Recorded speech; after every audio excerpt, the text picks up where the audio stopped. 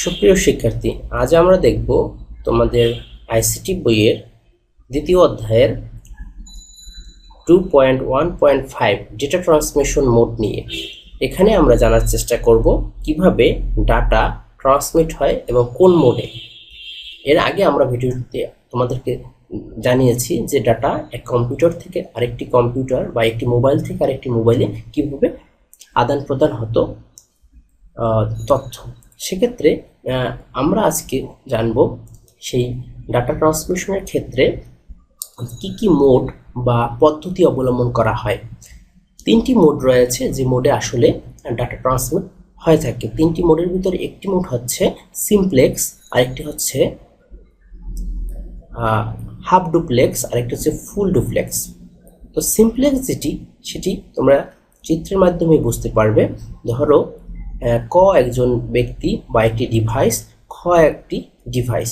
ক ডিভাইস থেকে কোনো একটি তথ্য খ এর কাছে যাবে। এই যে প্রক্রিয়াটা, এই প্রক্রিয়াটার নাম হচ্ছে সিমপ্লেক্স। অর্থাৎ শুধুমাত্র ক খ এর কাছে তথ্য পাঠাতে পারবে, কিন্তু খ কখনোই ক এর কাছে তথ্য পাঠাতে পারবে না।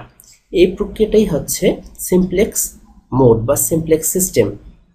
তোমরা উদাহরণ হিসেবে বুঝতে পারো যে এখানে তোমরা জানো যে রেডিওতে তোমরা বিভিন্ন সময় রেডিও এফএম রেডিও শুনে থাকো। তো এফএম রেডিও থেকে যখন কোনো তথ্য তোমাদের কাছে আসে বা তোমরা যখন শুনো, তখন এই পুরো প্রক্রিয়াটি হচ্ছে একটি সিমপ্লেক্স কমিউনিকেশন সিস্টেম। ধরো ক হচ্ছে রেডিও সিস্টেম আর খ হচ্ছে তুমি। অর্থাৎ রেডিও সবসময় তোমাদেরকে তথ্য দিতে পারবে আর তোমরা সেটি দেখতে পারবে আবার শুনতে পারবে। রেডিও অথবা টেলিভিশন হচ্ছে এর উদাহরণ। ওকে, আমরা আরেকটি পদ্ধতি, সেটি হচ্ছে হাফ ডুপ্লেক্স, এটি সম্পর্কে জানবো। হাফ ডুপ্লেক্স ওয়াকি টকি হিসেবে উদাহরণ হিসেবে ব্যবহার করা যায়। অর্থাৎ একই সাথে দুজন ব্যক্তি কথা বলতে পারে না, বা ওয়্যারলেস বা ওয়াকি টকি যাই বলি না কেন, তোমরা পুলিশের কাছে বা আইন শৃঙ্খলা বাহিনীর কাছে হাতে দেখবে এক প্রকার মোবাইলের মতো বড়, যেটি ওয়্যারলেস ব্যবহার করা হয় কথা বলার জন্য। তোমরা লক্ষ্য করবে একই সাথে তারা দুজন কথা বলতে পারে না, ও একজন কথা বলার শেষে আরেকজন কথা বলে। তো এই সিস্টেমটাকে বলা হয় হাফ ডুপ্লেক্স সিস্টেম। এক্ষেত্রে একই সাথে দুই ব্যক্তি তথ্য আদান প্রদান করতে পারে না। একজন ব্যক্তি কথা বলার শেষে শেষ হলে পরবর্তী ও অপর প্রান্তে থাকা ব্যক্তি তথ্য আদান প্রদান করতে পারে। এই সিস্টেমটা হচ্ছে হাফ ডুপ্লেক্স সিস্টেম। এরপর আরেকটি সিস্টেম রয়েছে, সেটা হচ্ছে ফুল ডুপ্লেক্স। এই মোডটি বা এই মোডে আমরা সাধারণত ব্যবহার করে থাকি, যেমন টেলিফোন বা মোবাইল, আমরা যে কম্পিউটার ব্যবহার করি বা মোবাইল ব্যবহার করি, এই সিস্টেমগুলোতে আমরা সবসময় পরিচিত। তোমরা জানো যে তোমরা তোমাদের বন্ধুদের সাথে কথা বলো মোবাইলে বা ভিডিও কলে, সেই সিস্টেমটি হচ্ছে ফুল ডুপ্লেক্স সিস্টেম, যেখানে একই সাথে দুই ব্যক্তি বা দুজন ব্যক্তি বা একাধিক ব্যক্তি কথা বলতে পারে বা তাদের তথ্য আদান প্রদান করতে পারে।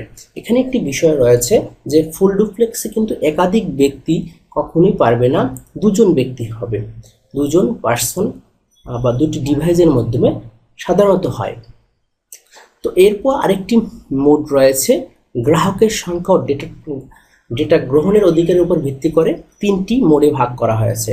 এর আগে আমরা যতগুলো দেখেছি সেগুলো একজন ব্যক্তির সাথে আরেকজন ব্যক্তি বা একটি ডিভাইসের সাথে আরেকটি ডিভাইস। কিন্তু ডাটা ট্রান্সমিটের ক্ষেত্রে আমরা দেখা যায় একজন ব্যক্তি একাধিক পার্সনের কাছে বা একাধিক ডিভাইসে তারা তথ্য প্রদান করে থাকে। এই পদ্ধতিগুলো কিভাবে হয় সেগুলো আমরা জানবো। এর আগে যতগুলো আমরা পদ্ধতি জেনেছি, একজন ব্যক্তির সাথে আরেকজন ব্যক্তি, অর্থাৎ একটি ডিভাইসের সাথে আরেকটি ডিভাইস, অর্থাৎ এখানে যৌথ একটা বিষয় রয়েছে। এই বিষয়টি ইউনিকাস্ট হিসেবে পরিচিত। আমরা ইউনিকাস্টটি আমরা বলতে পারি সিমপ্লেক্স, হাফ ডুপ্লেক্স এবং ফুল ডুপ্লেক্স, এই তিনটি বিষয়ের সম্মিলিত একটা রূপ ইউনিকাস্টটি। আর ব্রডকাস্ট সম্পর্কে তোমরা যদি জানতে চাও, ব্রডকাস্ট হচ্ছে একই সাথে, এখানে এই চিত্রটির মাধ্যমে তোমরা ভালো বুঝতে পারবে, যেমন কোনো একজন প্রেরক, ধরো তুমি তোমার 4জন বন্ধুর কাছে তুমি তথ্য পাঠাতে চাও একই সাথে। এই প্রক্রিয়াটাকে বলা হয় ব্রডকাস্ট মোড। আরেকটি মোড রয়েছে, সেটা হচ্ছে মাল্টিকাস্ট মোড। এই মাল্টিকাস্ট মোডে তোমরা উদাহরণ হিসেবে বুঝতে পারবে যে যদি তোমরা চাও যে তোমার একটি গ্রুপে, ফেসবুক গ্রুপে অনেক ফ্রেন্ড রয়েছে, কিন্তু তুমি নির্দিষ্ট কিছু ফ্রেন্ডদেরকে সাথে তুমি অডিও কল বা ভিডিও কল কথা বলতে চাও, এই প্রক্রিয়া যদি হয় তাহলে সেই প্রক্রিয়াটা হবে মাল্টিকাস্ট সিস্টেম। অর্থাৎ একটি তোমার অনেক ফ্রেন্ড লিস্ট থাকবে, সেই ফ্রেন্ড লিস্টের মধ্য থেকে তুমি একজন বা দুজন বা তিনজন, অর্থাৎ তোমার নির্দিষ্ট সংখ্যক সদস্যকে নিয়ে তুমি যদি তথ্য আদান প্রদান করো, এই প্রক্রিয়াটাকে বলা হয় মাল্টিকাস্ট। আশা করি তোমরা আজকের যে ভিডিও টিউটোরিয়ালের বিষয়বস্তু, যে কিভাবে ডাটা কোন মোডে কতটা প্রক্রিয়া ডাটা একটি ডিভাইস থেকে আরেকটি ডিভাইসে বা একাধিক ডিভাইসে ডাটা প্রেরণ হয়, সেটি বুঝতে পেরেছ।